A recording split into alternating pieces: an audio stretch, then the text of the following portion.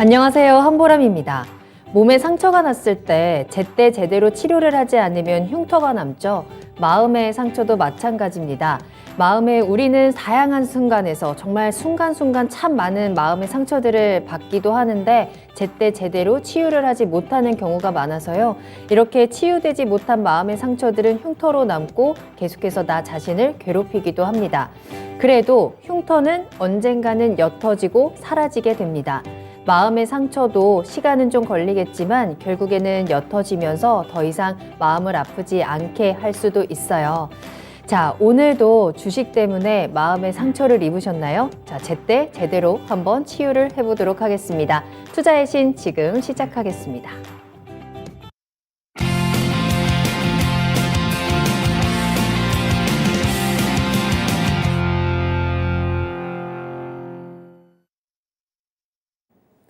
여러분 안녕하세요. 투자의 신에 오신 여러분을 환영합니다. 토마토TV의 투자의 신과 함께 여러분을 투자의 신의 길로 인도해드리는 시간 투자의 신 화요일 1부 시작하겠습니다. 오늘은 박준현 운용형님과 함께 할게요. 운용형님 안녕하세요. 네, 안녕하십니까? 반갑습니다. 네. 자, 이번 주는 특별하게 화요일에 운용형님과 함께 이야기를 나누게 됐고요. 자, 그런 만큼 또 오늘이 특별하게 또 CPI 발표를 앞두고 있는 굉장히 중요한 날인 만큼 운용형님과 함께 그에 대한 분석해 보면서 이 시장을 또 어떻게 헤쳐나가야 하는지 여러분들의 종목에 대한 치유를 하는 시간을 만들어 보도록 하겠습니다.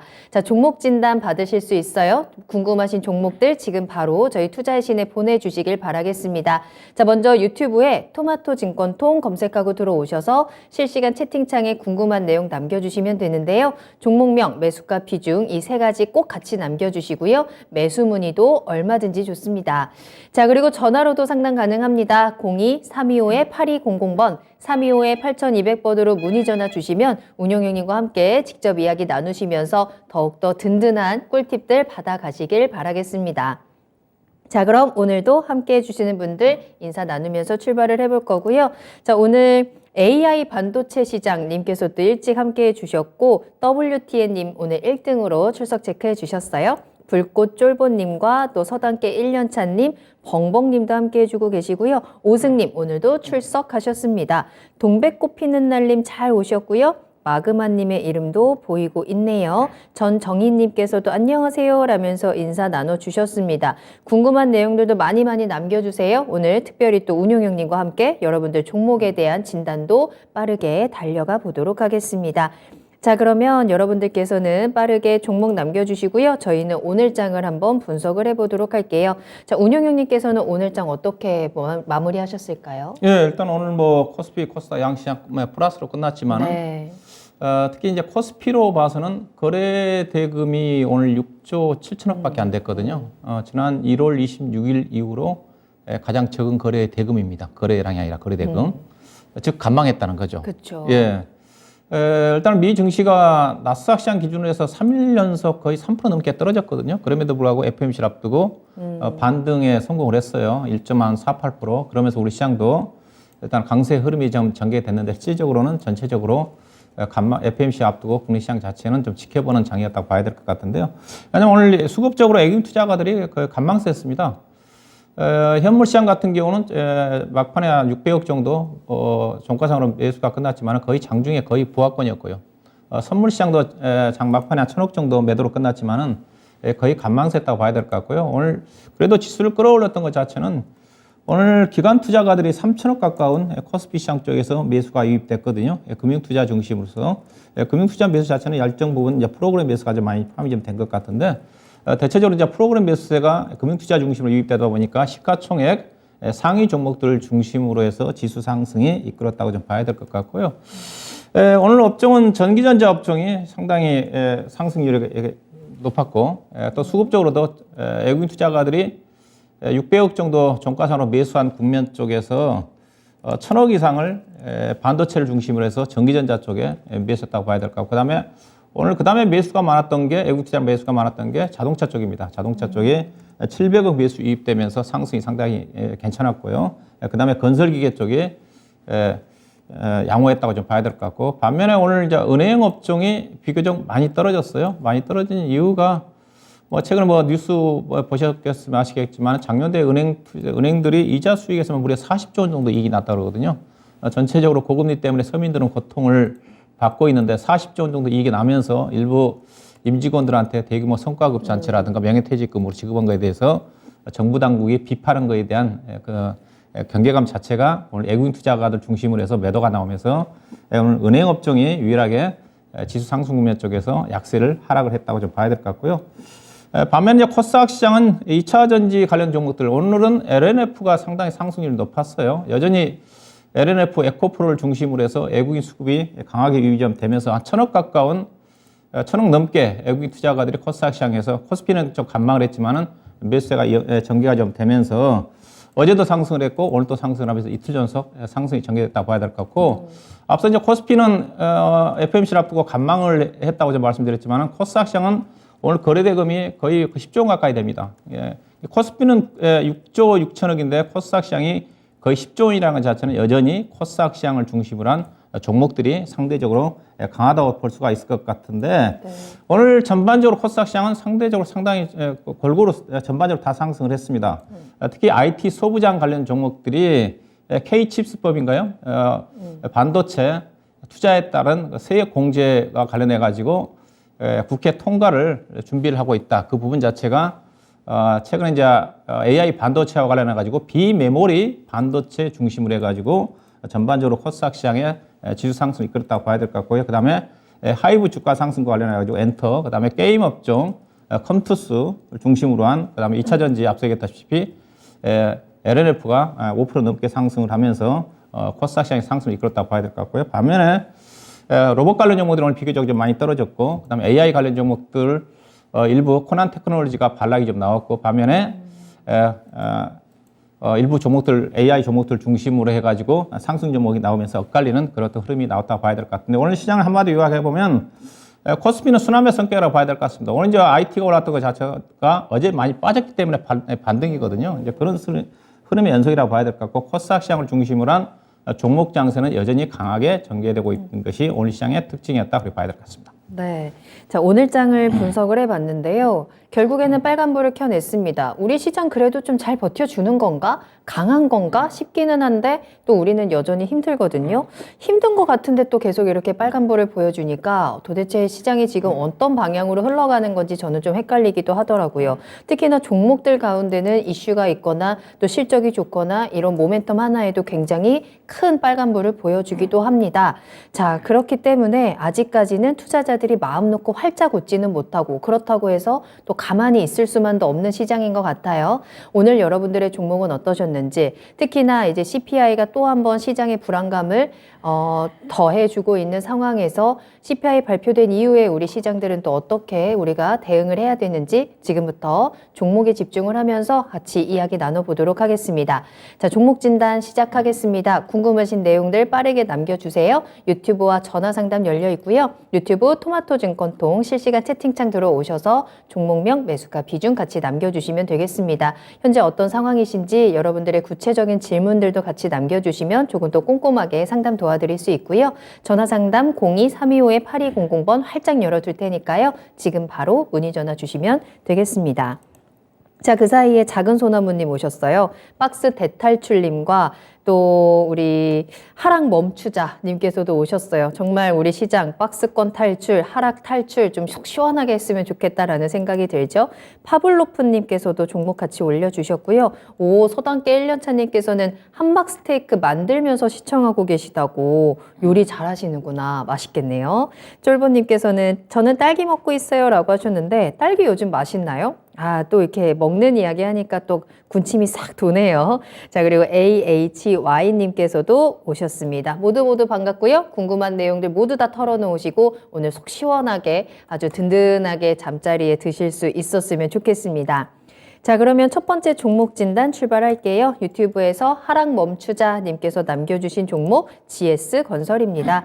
매수가는 23,550원이고요. 비중 10% 담으셨거든요. GS건설, 뭐 건설주 계속해서 좀 분위기가 좋지만은 않아요. 지난 한 해 동안 워낙에 힘들었던 종목이기도 합니다. 지금 50% 넘게 내려와 있는 상황에서 바닥에서 횡보하고 있는 흐름이 나타나고 있고요. 시청자님 매수하신 가격 요 바닥권에서 접근을 하신 것 같아요. 오늘 22,350원의 거래를 마쳤는데 건설주 어떻게 대응을 해야 하죠?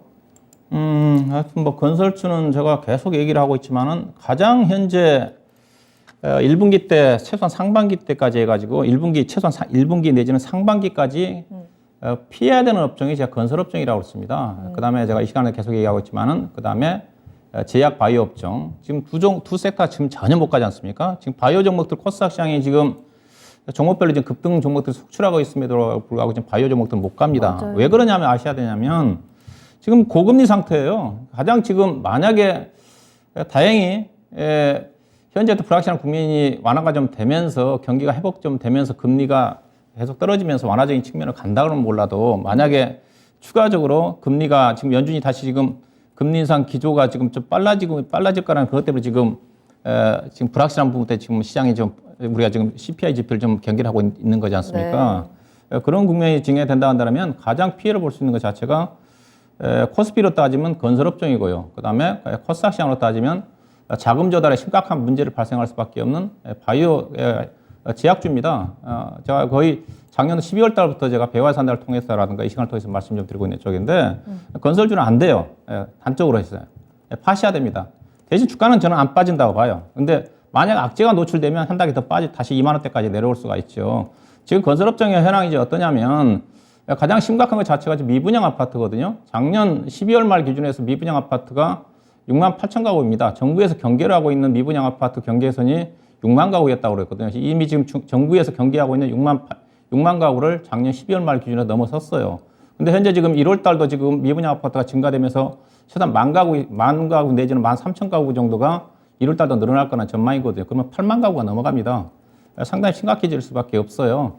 그러다 보니까 이제 국내 건설회사들 올해 아파트 분양 물량 자체를 계속 축소하고 있고요. 작년도 아파트 분양 물량 자체가 2021년도 대비해서 거의 30% 정도 감소했는데 올해도 지금 건설회사들 주요 분양 물량 계획으로 본다 한다면 건설업황 둔화에 따라 가지고 분양 물량 자체가 작년보다 20-30% 정도 감소입니다. 현재 계획상으로 본다 한다면 그러면 아파트 건설회사 같은 경우는 아파트 분양을 해놓고 1년, 2년, 3년도부터 단계적으로 공사 진행 속도에 따라가서 매출액이 반영되면서 실적이 좋아지는데 작년도도 감소했고 올해도 감소해지면 앞으로 국내 쪽에서 앞으로 2, 3년 내에 건설회사들이 실적 증가세로 돌아서기는 어렵습니다. 다만 이제 기대하고 있는 것 자체가 국내 건설 경기가 안 좋으니까 해외 쪽에서 지금 수주를 지금 하려고 하고 있지 않습니까? 근데 알다시피 작년도도 고유가 상태에도 불구하고 중동 쪽에서 수주가 2021년도 대비해서 증가되지가 않았어요.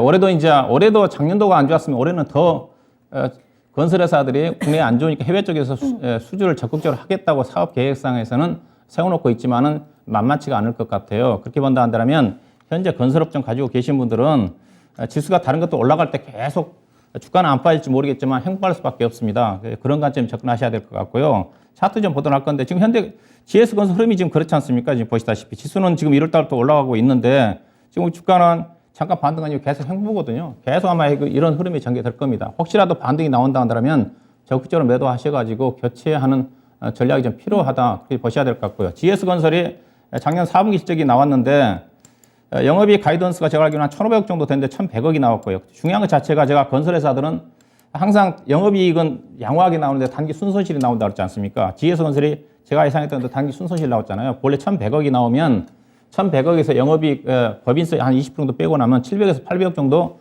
단기 순이익이 증가가 돼야지 주당 EPS 증가로 이어지면서 기업의 가치가 증가되는데 GS건설뿐만이 아니라 현대건설도 마찬가지라고 했죠. 현대건설도 보시면 영업이익이 814억 났는데 1,189억이 적자가 났지 않습니까? 다 그래요. 예, 다 그렇습니다. 건설회사 중에서 유일하게 실적이 괜찮게 나온 회사가 대우건설입니다. 대우건설은 시장 예상치를 상회하는 실적이 나왔고요. 삼성엔지니어링도 괜찮아요. 예, 삼성엔지니어링 실적이 좋게 나왔고 유일하게 건설회사 중에서 삼성엔지니어링하고 대우건설이 나오는데 굳이 매매한다 한다면 현재 입장에 본다 한다면 삼성 엔지니어링이 안전하죠. 상반기 정도는. 예. 근데 대우건설도 주가 못 간 이유 자체가 실적이 서프라이즈하게 나왔음에도 불구하고 대우건설 같은 경우도 지금 2월 달에 프로젝트 파이낸싱과 관련해 가지고 1조 원 정도의 뭐 만기가 있다는 쪽이거든요. 그래서 자금상에 조금 문제가 발생되지 않겠는가. 그런 것 때문에 그런 이유 때문에 실적이 엄청 좋게 나왔음에도 불구하고 못 가는 겁니다. 그래서 혹시라도 건설주 갖고 계신 분들은 최소한 추가 매수는 하지 마시고 가급적 반등 시점에서 매도하셔가지고 매수하더라도 나중에 조금 높게 사더라도 하반기에 불확성 금리 상태 확실하게 떨어지는 시점에서 그때 약간 높게 사더라도 그때 사는 전략이 좀 필요하지 않겠는가. 그래서 GS건설 적극적으로 매도하셔가지고 교체 매매하는 전략 제시하도록 할 건데 가격이 안 나옵니다. 지금 보시다시피 지금 얼마 올라가겠습니까? 22,300원이니까 아마 23,400원 정도 현재로 봐서 기술적으로 본다 한다면 그 사이니까 추가 매수하지 마시고 반등 시점 매도하셔가지고 다른 종목 쪽으로 교체하는 전략 제시하도록 하겠습니다. 네, GS건설 진단 도와드렸고요. 반등 시 매도 의견입니다. 현재 아직 손실이 크지 않은 구간이기 때문에 매수가 근처까지 반등 나오면 매도 타이밍 꼭 잡아보시길 바랄게요. 운용유님께서도 계속 이 건설주에 대한 경고 메시지를 꾸준히 보내드리고 있습니다. 또 저도 부동산 방송도 같이 방송을 진행을 하고 있는데 계속해서 방송을 할 때도 그렇고 이 시장 분위기가 아직까지는 너무나도 좋지가 않은 상황인 것 같아요. 전문가들 의견도 부동산 시장 회복은 아직은 아니다라는 의견들이 조금 더 많습니다. 정부의 정책들이 계속 나오곤 있지만 정부의 정책이 시장 안정화라든가 상승에 대한 포커스가 아니라 연착륙에 포커스가 맞춰져 있다라는 점을 주목을 해야 될 것 같고요. 이렇게 국내 부동산 시장 경기가 어렵기 때문에 종목들의 분위기도 당장은 살아나기가 쉽지는 않을 것 같아요. 정부의 정책이 나오고 요즘은 조금씩 그래도 부동산 시장에서 긍정적인 단어들이 뉴스가 나오기는 합니다만 그리고 지금 건설주들의 차트상 모습도 바닥을 좀 보여주고 있기는 합니다만 아직까지는 아니라는 점 부동산 시장이 회복을 하기까지는 이 건설 경기 회복까지는 조금 더 시간이 많이 필요할 수 있기 때문에 지금 당장은 조금 더 보수적인 관점에서 리스크 관리 차원에서 접근을 하시는 것이 좋겠다라는 부분들도 같이 참고를 해보시면 좋을 것 같아요. 채팅창 보니까 저는 다른 건설주 이거 가지고 있어요 라고 하시면서 건설주 가지고 계신 분들도 종종 계시더라고요. 같이 참고를 해보시면 좋을 것 같네요. 자, 계속해서 박준현 운용영님과 함께하고 있고요. 여러분들 종목 계속해서 남겨주시길 바라겠습니다. 오늘 종목 진단 조금 더 빠르고 또 확실하게 도와드리도록 할게요. 자, 그러면 두 번째 종목은요. 제주항공을 한번 살펴보겠습니다. 파블로프님의 종목이고요. 매수가는 16,500원이네요. 비중은 20% 담으셨고요. 자, 제주항공 오늘 분위기 괜찮았네요. 2% 상승이고 최근에 꾸준하게 잘 올라가고 있습니다. 시청자님께서도 수익권에 계시고 제주항공은 특히나 실적에 대한 기대감들이 좀 있는 것 같아요. 지금 시점에서 어떤 대응이 필요할까요? 네, 항공주 중에서 그래도 작년 4분기에 아마 시장 예상치를 약간 상회하는 실적을 낸 회사가 아마 제주항공일 겁니다. 상대적으로 오늘 발표된 부산 에어 같은 경우는 적자가 계속 작년 4분기 늘어나고 있는 쪽인데 제주항공은 작년도 이제 4분기 때 이제 흑자 전환하면서 올해는 이제 본격적으로 다 예상했던 대로 좋아지겠죠. 좋아지는데 문제는 단지 리오픈에 대한 기대감, 여행객 수요가 급격히 증가되니까 실적은 분명히 좋아집니다. 좋아지는데 지금부터는 뭐냐? 결국은 밸류에이션의 문제예요. 제가 대한항공도 주가 못 간다고 얘기하고 있지 않습니까? 그래서 대한항공 이제 배화산다를 통해서 대한항공 주가 보시면 지금 이제 밸류에이션의 문제예요. 대한항공 차트 보시죠? 계속 흘러내립니다. 대한항공 시가총액 10조 원이거든요. 근데 대한항공이 지금 8조 5천억 약간 좀 떨어져서 대한항공도 마찬가지고 제주항공도 마찬가지인데 코로나 때 대규모 적자가 나면서 대규모 자본 확정을 했지 않습니까? 그래서 발행 유통 물량을 생각을 하셔야 돼요. 예컨대 대한항공 많이 갖고 계신가? 대한항공이 코로나 이전에 발행 주식수가 1억 2,400만 주였습니다. 그러니까 대한항공은 감자를 안 했거든요. 감자를 안 해서 증자만 했는데 지금 3억 6,800만 주입니다. 발행 주식수가 200% 늘어났어요. 2배 늘어났어요. 그러면 2배 늘어났으면 1억 2천만 주인데 지금 3억 6천만 주니까 그러면 1억 2천만 주 때 1억 2천만 주 때 같은 주주 가치에 해당되는 가치를 평가를 받기 위해서는 지금은 코로나 이전보다 이익이 3배 가까이가 늘어나야 된다는 거죠. 1,000억 났으면 3,000억 이익이 났어야지 주주들한테 돌아가는 목은 똑같은 거예요. 그래서 그런 걸 생각해 본다 한다면 대한항공도 주가가 지금 비싸다는 거죠. 10조 원 정도. 그래서 대한항공도 작년도에 대규모 이익이 좀 나오면서 이미 작년도 대한항공은 작년도에 2021년도부터 흑자 전환해갖고 작년도 작년도 4분기 실적가 합격 안 됐지만 작년도 대규모 이익이 좀 났음에도 불구하고 그리고 대한항공 이제 PR 기준에서 올해 7배 되는 수준이거든요. 그럼에도 불구하고 못 갑니다. 지금 계속 지금 여행객 수요, 항공 수요 자체는 비행기 표가 없어서 지금 놀러 못 갈 정도로 여행 못 갈 정도로 쉽지 않을 정도로 항공 수요 자체는 상당히 강한데 근데 이제 제주항공도 마찬가지. 근데 제주항공은 감자를 했거든요. 감자했을 거예요 아마 해서요. 자본금 보면 아시겠죠? 그렇죠. 1925억에서 498억이니까 감자가 대충 한 4대1 정도 감자를 했죠. 감자해서 다시 증자를 통해 가지고 작년도 적자가 났으니까 그럼에도 불구하고 현재 제주항공의 지금 발행 주식수가 7,700만 주입니다. 코로나 이전에 이 종목은 3,200만 주였어요. 이게 자본금이 2배 가까이 증가됐어요, 회사도. 그러면 주가가 코로나 이전 주가로 따지면 3만 현재 주가 16,900원이니까 34,000원짜리 주가입니다. 그러면 코로나 이전에 회사가 적자 나기 전에 34,000원까지 간 적 있냐? 34,000원까지 못 갔죠. 3만 이쪽 간 적 있네요. 그럼 코로나 이전 수준까지 이미 주가는 현재 수준 주가예요. 근데 자본금의 회사가 자본 총계는 3천억밖에 안 됩니다. 근데 현재 지금 시가총액은 1조 3천억이에요. 상당히 비쌉니다. PBR 기준에서 4배 되는 수준입니다. 오히려 대한항공 주가가 싸죠. 그렇게 본다 한다면 대한항공은 PR이 7배 되는 수준이고 지금 제주항공은 올해 12배 되는 수준이기 때문에 그래서 외국인 수급이 좀 들어오면서 주가는 상승을 하고 있지만은 이건 매도하세요. 주가 올라가기 쉽지 않습니다.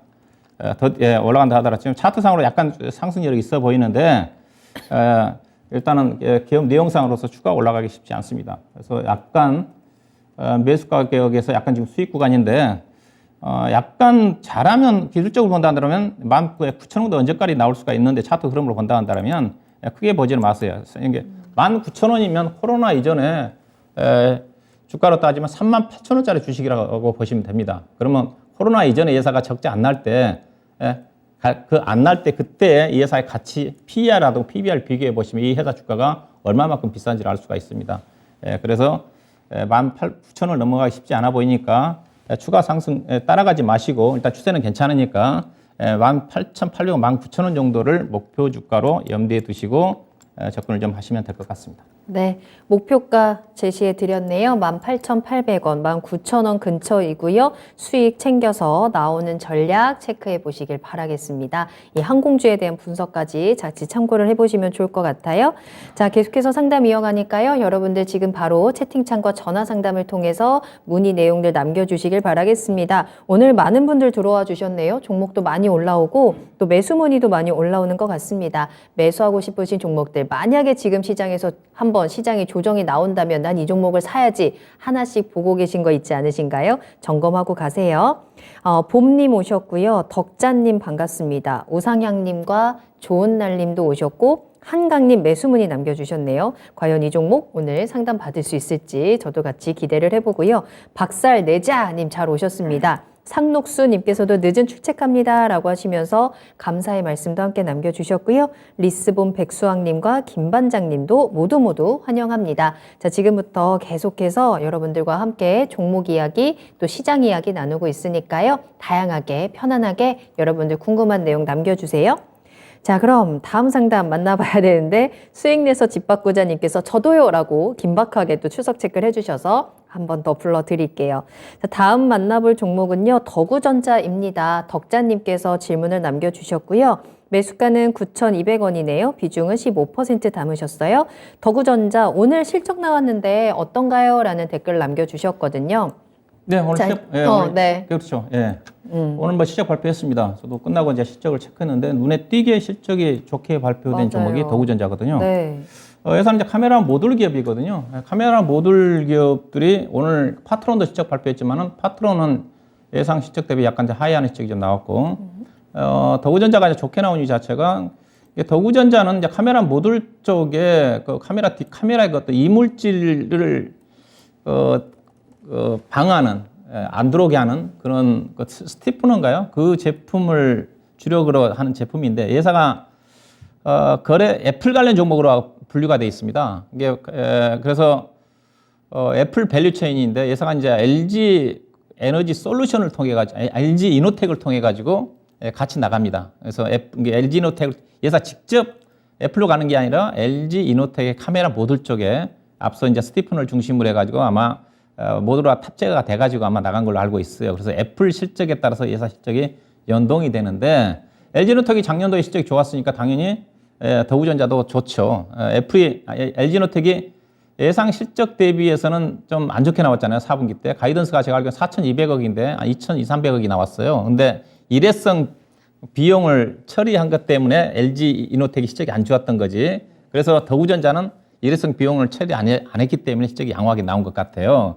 그래서 현재 카메라 모듈 기업들 실적을 보게 된다 한다면 삼성전자 밸류체인과 관련 종목들은 다 실적이 다 안 좋습니다. 카메라 모듈 관련 기업들 보시게 되면 최근에 먼저 발표된 뭐 파트로닉스라든가 종목들 보시게 되게 되면 적자 폭이 늘어나고 그래요. 카메라 모듈 기업들 같은 경우는 MCNX도 실적이 안 좋게 나올 거고요. 근데 이제 더구전자가 이제 앞서 얘기했다시피 애플 밸류체인이다 보니까 애플 밸류체인과 관련된 종목들은 괜찮죠.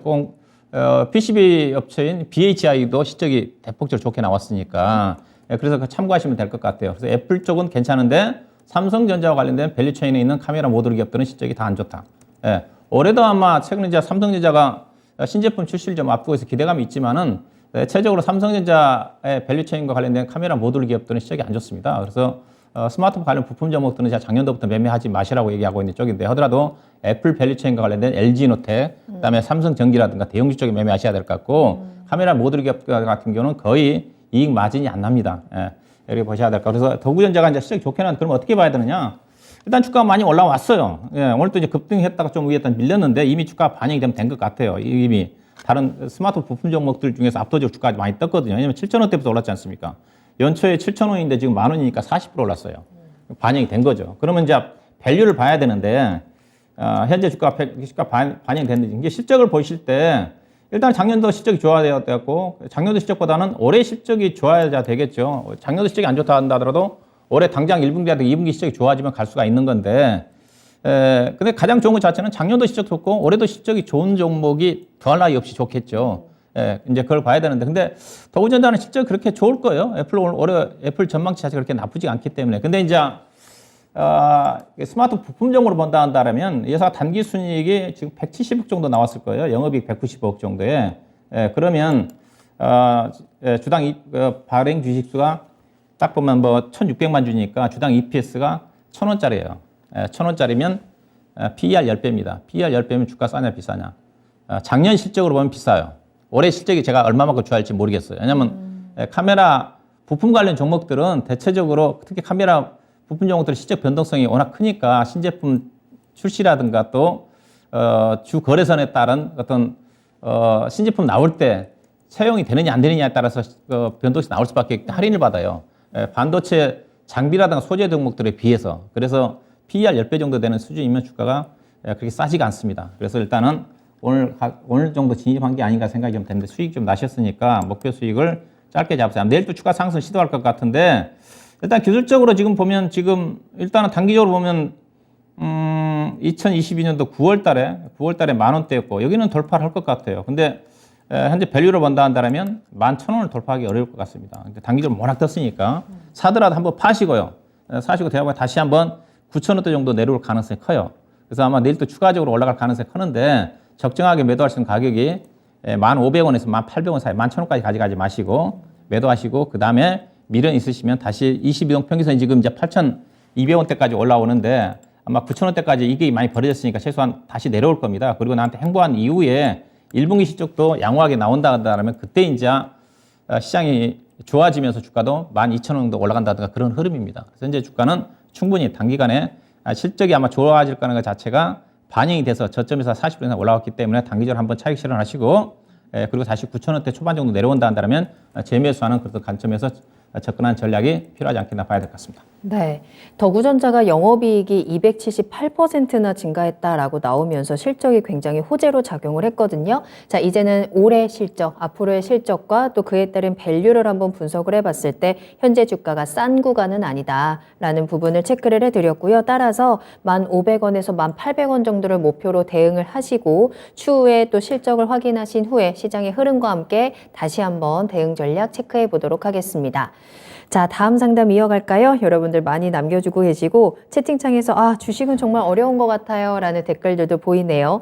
어렵습니다. 쉽지만은 않지만 그래도 함께 할 수 있는 사람들이 있으면 괜찮지 않을까요? 투자의 신이 매일 저녁에 여러분들 기다리고 있으니까요. 그 어려운 주식시장 저희와 함께 가시면 되겠습니다. 지금 이 시간 또 박준현 운용형님과 함께 가고 있으니까요. 궁금한 내용들 함께 남겨주세요.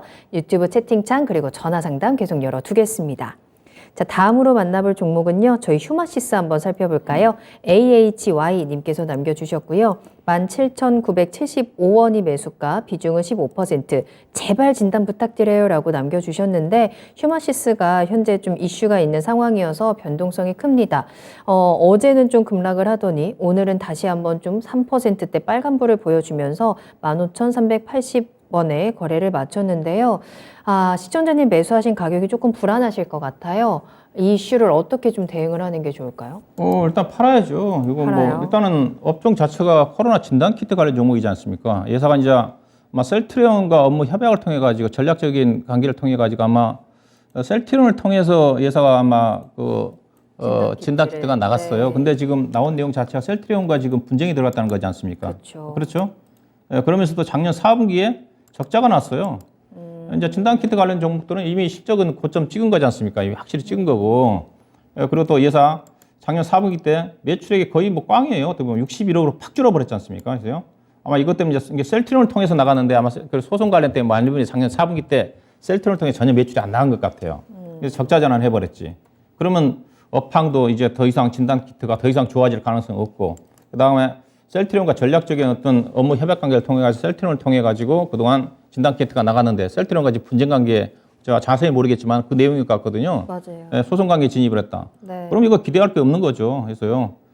다만 예상은 이제 코로나 국면 쪽에 돈을 엄청 많이 벌어놔서 보시면 이제 코로나 국면 쪽에 벌어놓은 자금이 단기 수익만 약 1,700억 정도 작년도까지 포함하게 되게 되면 약 3,500억 정도 돈을 벌어놨으니까 현재 시가총액이 5,200억이거든요. 5,200억인데 근데 뭐 알다시피 시젠 같은 것도 지금 주가 못 가지 않습니까? 그러니까 시젠도 안 되는 거죠, 그래서 이미 요즘 시장 자체가 알다시피 실적이 좋아하다가 실적이 피크아웃 치면 주가 못 가는 종목들이 수두룩한데 대표적으로 작년도 실적이 대폭적으로 좋아졌던 근데 철강주 같은 경우가 그런 경우지 않습니까? 지금 PER이 3배, 2배, 3배짜리도 지금 못 가잖아요. 네. 근데 진단키트 관련 종목들이 지금 PER 3배, 4배짜리가 가겠습니까? 철강주 같은 경우는 그래도 좋아질 희망이라도 있어요. 근데 진단키트 관련 종목들은 다시 코로나가 창궐 하면서 다시 이 종목들이 늘어날 수 있는 가능성은 쉽지가 않죠. 네. 그럼 어렵죠.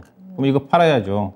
진단키트 갖고 계신 분들, 시젠도 마찬가지고 휴마시스도 마찬가지. 더구나 휴마시스는 셀트리온을 통해서 진단키트가 나갈래 소송이 걸렸으면 아마 이제 셀트리온하고 업무 협약이 단절될 가능성이 큰데 그럼 팔아야 되지 않겠습니까? 그래서요. 오늘 뭐 선절하셔야 될 것 같아요. 17,000원대 매수하셨는데 기술적으로도 지금 최근에 이제 17,000원대가 고점인데 계속 흘러내릴 가능성이 커요. 그래서요. 그렇지 않으면 지지부진하게 앞서 이제 돈을 많이 벌어놨으니까 현금성 자산은 충분히 있기 때문에 하방은 지지가 될지 모르겠지만은 주가가 위로 올라갈 희망이 안 보인다는 거죠. 그러면 팔아야죠. 그렇죠. 이거 제발 제발 진단 부탁드린다는 것 자체가 상당히 고민스러우신 것 같은데 큰 손실 17,900원이니까 10% 약간 넘게 손실이거든요. 그래서 과감히 손절하셔가지고 다른 종목 쪽으로 교체하는 전략. 반등이 나온다 한다 하더라도 최근에 고점이 16,500원 정도가 반등일 것 같습니다. 반등 기대하지 마시고 다른 종목 쪽으로 적극적으로 물타기도 절대 하지 마시고 반등 시점 매도하셔가지고 다른 종목 쪽으로 교체하는 전략이 필요할 것 같습니다. 네. 휴마시스가 지금 그래도 조금 더 올라가겠다라는 요만큼의 기대할 만한 구석이 지금은 딱히 보이지가 않네요. 실적도 그렇고 앞으로 성장성이라든지 특히나 셀트리온과의 분쟁 과정 등이 지금 주가의 발목을 강하게 붙잡고 있어요. 따라서 지금 손실 구간이신데 매도 타이밍 한번 잡아드렸거든요. 참고를 해보시면 좋을 것 같아요. 네, AHY님께서 네, 감사합니다. 내일 바로 버리겠습니다. 라는 댓글도 남겨주셨네요. 이 종목 잘 보내드리고 우리 다른 종목으로 계속해서 수익 챙겨가겠습니다. 자, 다음 상담 이야기 나눠볼게요. 이번에는 전화 연결해 보겠습니다. 안녕하세요, 시청자님. 시청자님 안녕하세요. 여보세요? 여보세요? 네, 안녕하세요. 잘 들리시나요? 예. 네, 반갑습니다. 종목 진단 도와드릴 거고요. 어떤 종목 궁금하신가요? 이수학인데요. 네, 매수가랑 비중 어떻게 되세요? 매수가가 29,000원에 샀는데요. 네. 비중은 15% 얼마나 예요. 남으셨어요? 10%? 예. 알겠습니다. 아이고, 이 종목 오랫동안 지금 고생하고 오랫동안 갖고 계셨겠네. 있어요. 그러니까요. 자, 2만 원대에 지금 머물러 있는 상황인데 이 종목에 대해서 어떤 게 가장 궁금하세요? 그래서 이거를 그냥 손해보고 팔아가지고 다른 데로 가야 되나 어째야 되나 싶었어요. 29,000원에서 2만 원이면 지금 손실이 적지는 않으실 것 같거든요. 예, 많아요. 그래서 그러니까요. 2만 한 2, 3천 원만 가도 다른 종목으로 바꿀까 어쩌고 싶어 고민하다가 전화했어요. 알겠습니다. 그 고민 저희가 확실하게 해결 도와드릴게요. 전화 너무 잘 주셨고요. 이수학 지금부터 대응 전략을 다시 한번 체크하겠습니다. 박준현 운용형님 연결해 드릴게요. 네, 안녕하세요. 예, 안녕하세요. 예, 이거 전고체 배터리 보고 추천받고 사셨을 것 같아요. 예, 그렇죠? 예. 예. 근데 높게 사셨어요. 29,000원. 높게 샀어요. 그렇죠. 저도 개인적으로 제가 이거 뭐 12,300원부터 많이 추천했던 주식이고 개인적으로 18,000원 이상에서는 제가 관심을 안 뒀던 주식인데 생각보다 전고체 배터리 관련 이슈가 부각되면서 작년도에 9월달 34,000원까지 갔어요. 아마 11월달 정도 사셨나요? 작년도? 예, 예. 예. 이거 분할 발표한 거 아시죠? 분할한다고 또 그렇죠. 그러더라고요. 알고 계시죠? 그래서요. 제가 좀 전자공시 들어가 찾아보려다가 날짜를 정확히 체크를 못했는데 언제죠? 5월달 아닌가요? 5월달에 뭐 인적 분할한다고. 그렇지. 예, 5월달이죠. 5월달인 거 알고 있어. 아마 6월 1일부터인가 아마 인적 분할인가 된 걸로 알고 있는데 이게 회사가 화학회사니까 화학 부분하고 이제 전고체 사업 부분 자체가 향후 이제 성장 모멘텀이니까 관련 부분을 아마 분할을 할 거예요. 그래서 정확한 건 제가 이제 공시시설에 들어가서 이제 분할 비율 좀 봐야 되는데 예산은 이제 전고체 배터리와 관련해 가지고 황산화 물질을 관련해 가지고 어느 정도 기술력은 인정을 받은 것 같아요. 옛날 작년도인가요? 일부 시제품도 좀 출시가 좀 되면서 또 실질적으로 울산 쪽에 예사 공장이 있는데 거기 아마 투자도 진행을 하고 있기 때문에 근데 제가 개인적으로 저도 이제 이 종목을 그런 기술력을 인정을 하는데 전고체와 관련된 부분이 예사가 주 제품이 생산이 되면 그 부분이 예사의 실적이 얼마만큼 기여를 할지 그게 전망치가 전혀 안 나와 있기 때문에 왜냐하면 뭐 단가라든가 해가지고 매출액이 얼마 전개가 되고 이익이 얼마가 정도 나와야지 예사했던 향후 실적 전망치 그 성장성을 가름할 수가 있는 건데 그런 것들 전혀 없어요. 다만 시장에서는 전고체 배터리와 관련해 가지고 항산화 물질 예사가 핵심 기술을 갖고 있고 또 정부에서 추진하고 있는 전고체 배터리 연구 개발의 핵심으로 삼성 SDI 주도하에 중소기업 쪽으로서는 에이수화학이 참여한 걸로 알고 있기 때문에 그만큼 기술력은 좀 인정을 받고 있는 것 같아요. 근데 전고체 배터리가 요즘 시장에서 별로 지금 주목을 안 받고 있죠. 그렇죠? 좀 시간이 지나면 본래 전고체 배터리 같은 게 2025년도부터 조금 좀 어느 정도 좀 시장에서 좀 가시화되지 않겠는가 했었는데 생각보다 많이 늘어지고 있는 것 같습니다. 그래서 아마 재료는 좀 살아있어요. 살아있고 전고체 배터리가 다시 이슈화 되면 또 한번 갑자기 좀 튕겨 올라갈 수가 있어요.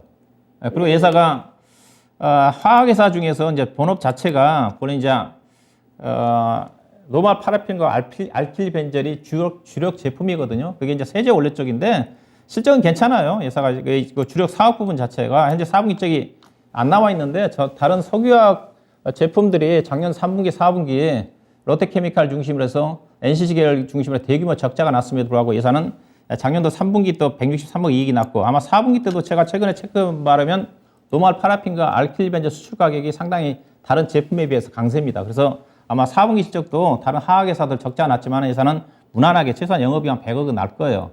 그래서 단기 수익도 보면 분기 단위 100억 이상 난 회사니까 허접한 회사는 아니라는 거죠. 이게 400억짜리 회사면 400억짜리 회사면 예사가 주당 EPS로 따지면 한 1,300~1,400원 정도 좀 되는 수준이거든요. 그래서 주가는 그렇게 빠질 것 같지는 않아요. 많을 것 같고. 근데 다만 높게 사셨기 때문에 일단 29,000원까지 기다리기 어려울 것 같고 전고체 관련 부분들이 다시 한번 이슈화되면 이 종목이 또 갑자기 한번 움직이면 이 종목들은 한 10%씩 움직여요. 22,000~23,000원, 3,4,000원까지 움직일 수가 있어요. 그래서 비중이 10% 그렇게 많지가 않으니까 그렇죠? 22동 평균수도 유지가 좀 되고 있으니까 일단 보유하세요. 네. 보유해도 될 것 같습니다. 뭐 일단은 뭐 약간 5월달 되기 전에 팔아야 안 되겠어요? 기업 분할 받으셔도 괜찮아요. 앞서 이제 분할한다는 자체는 정보체 사업 부분 자체를 따로 떼내서 그 부분에 대한 집중을 하려고 하는 부분이기 때문에 또 예사가 인적 분할이잖아요. 그렇죠? 인적 분할로 알고 있어요. 그래서요. 물적 분할이 아니라 인적 분할은 그렇게 악재로 작용하지 않아요. 내가 가지고 있는 주식에 비례해서 화학 부분과 그다음에 정보체 사업 부분과 관련해 가지고 따로 제가 비율은 제가 좀 전자공시에서 찾아봐야 되겠지만은 따로 그 비율만큼 배정 받으니까 그렇죠?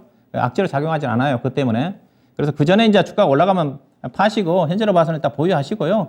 오히려 주가 좀 빠지면 20일 평균선이 지금 19,000원대 초반에 있으니까 조금 하향한다면 20일 이평선이 지금 19,600원이니까 약간 내려오면 한 5% 정도 추가 매수 하셔가지고 매수 단가를 25,000원, 5,6,000원 정도 낮춰놓은 것도 가능할 것 같아요. 그래서 일단 보유하시고 24,000~5,000원까지 일단 가져가셔도 될 것 같습니다. 해서요. 죄송합니다. 그때 가져가세요. 해서요. 고맙습니다. 네, 시청자님 궁금한 거 좀 해결이 다 되셨을까요? 예. 네, 오늘 전화 주셔서 감사하고요. 일단 보유하시면서 이 수확 잘 대응해 보세요. 예. 네, 감사합니다. 예. 고맙습니다. 네. 자, 이수화까지 진단 도와드렸고요. 다음 종목 한 가지 더 빠르게 만나볼까요? 그 사이에 헝그리 복성님과 짱 니콜라스님도 오셨고 반올림 100%님 조금 늦게 오셨네요. 궁금한 내용들도 계속 남겨주시고 저희 2부에서도 종목 진단 이어지니까 여러분들 많이 남겨주시길 바라겠습니다. 다음 상담은요. 저희 CJ ENM을 한번 살펴볼 건데요. 박스 대탈출님과 한강님 두 분이 올려주셨더라고요. 일단 박스 대탈출님께서는 CJ ENM으로 지금 오랜 시간 고생을 좀 하고 계십니다. 매수가가 15만 원이거든요. 비중은 10%고요. 매수가까지는 힘들겠죠. 지금 물타도 괜찮은 걸까요? 라는 질문을 남겨주셨고 반면에 한강님께서는 이 CJ ENM이 이제 많이 하락을 했으니까 매수 타이밍을 노리고 계신 상황입니다. 자, CJ ENM 앞으로 어떻게 대응하면 좋을까요? 결론부터 말씀드리면 매수해서는 안 되고요. 그 돈이 있으면 다른 걸로 매매하시고. 네. 일단은 예사 오늘 주가 빠짐 자체가 오늘 보면 CJ 제2지당이 어제 실적 발표를 했어요. 오늘 CJ 제2지당이 급락 나왔습니다. 그러니까 방어적인 종목이 3.6% 떨어졌으면 급락이거든요. 차트 보시다시피 깨졌잖아요. 오늘 실적 발표를 했는데 시장 예상치를 크게 하회를 했어요. 그러다 보니까 오늘 음식료 쪽에 외국 투자가들이 업종에서 가장 매도를 많이 했는데 아마 CJ 제2지당을 많이 팔았을 거예요. 그렇죠? 약 8만 줄 팔았습니다. 8만 줄 팔았는데 그러니까 왜냐하면 일단은 방어적인 종목이지 않습니까? 방어적인 종목이면 그래도 작년도의 실적 그래 상대적으로 선전해야 되는 거예요. 경기 관련 종목들과 달리.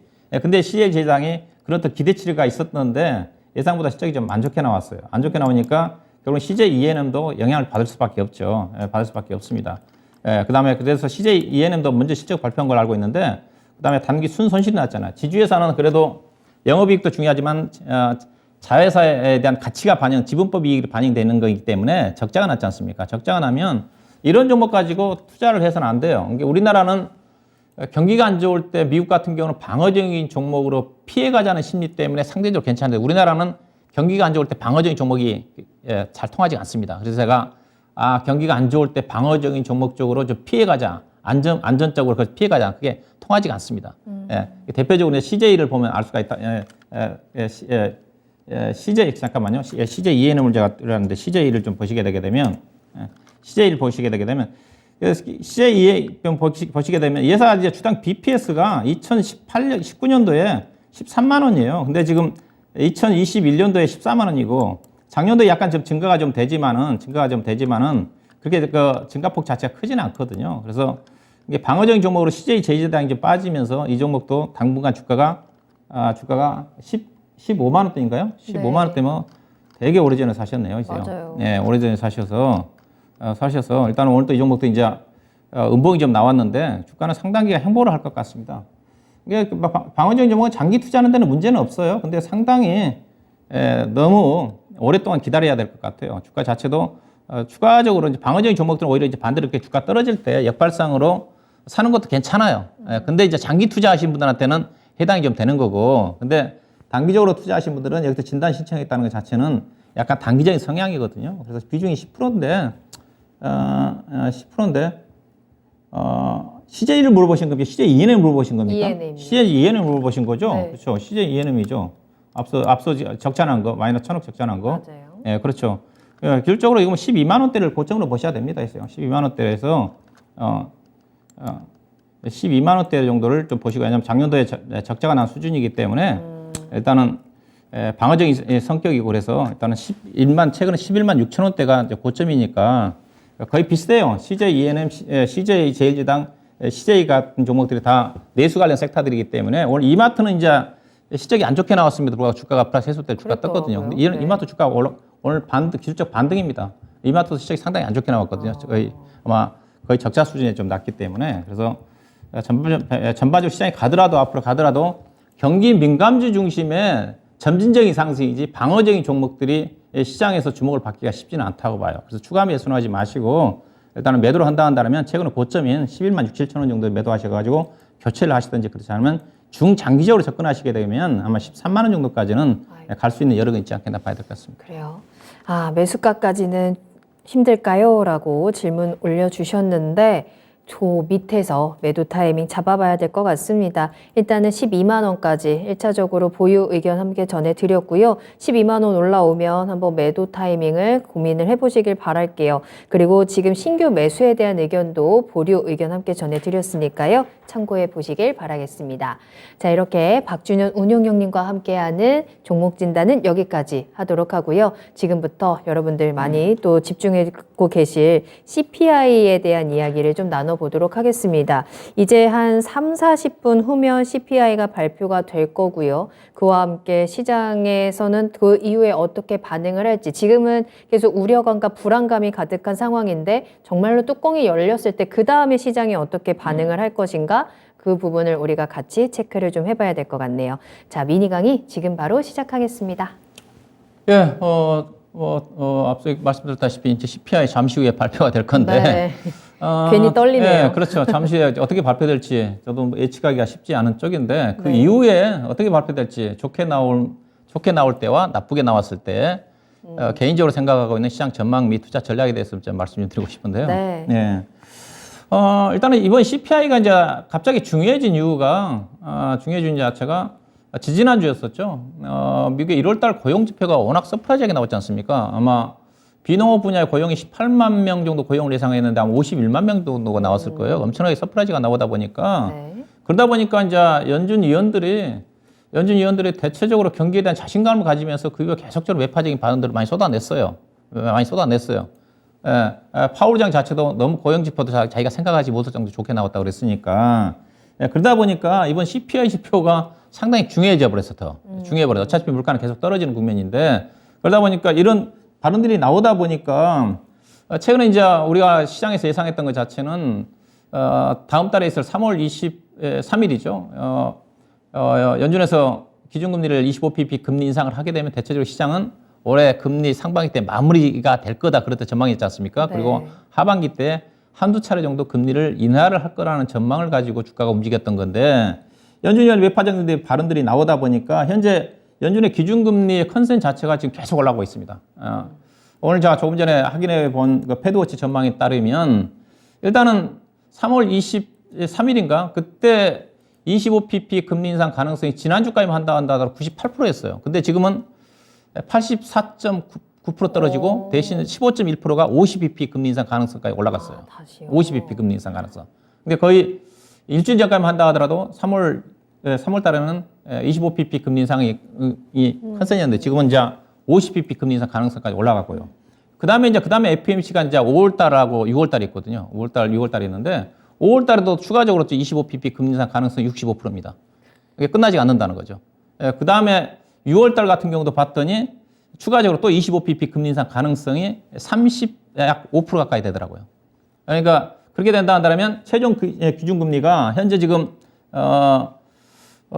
현재 연준의 기준금리가 4.5에서 4.75지 않습니까? 4.75인데 5.0에서 5.25까지 올라간다는 거죠. 예, 이 정도 컨센이 올라가고 있으니까 이렇게 올라간 이유 자체가 고용지표가 워낙 좋게 나오니까 경기가 생각보다 나쁘지 않을 것 같다. 그렇게 생각하고 있는 거지 않습니까? 그러니까 연준 위원들이 상당히 경기에 대해서 자신감을 가지니까 매파적인 발언을 쏟아낸 게 아닌가. 경기가 만약에 예상보다 부진했었으면 연준 위원들이 매파적인 발언들을 쏟아내지 않았을 겁니다. 고용지표가 좋게 나왔다 한다 하더라도. 그래서 CPI 발표 지표가 상당히 중요해졌는데 알다시피 현재 지금 오늘 밤에 발표 CPI 지표가 6.2% 정도 예상하고 있지 않습니까? 연준의 CPI는 작년 6월 달에 9.1에서부터 해가지고 6개월 연속 지금 둔화되고 지난 1월 달에 발표된 12월 CPI가 6.5였지 않습니까? 네네. 6.5였고 이번 내일 발표되는 1월 달 CPI는 6.2로 예상을 하고 있는데 시장에서 조금 높게 나오지 않겠나 그렇다 전망이 있어요. 그런데 경계감이 있습니다.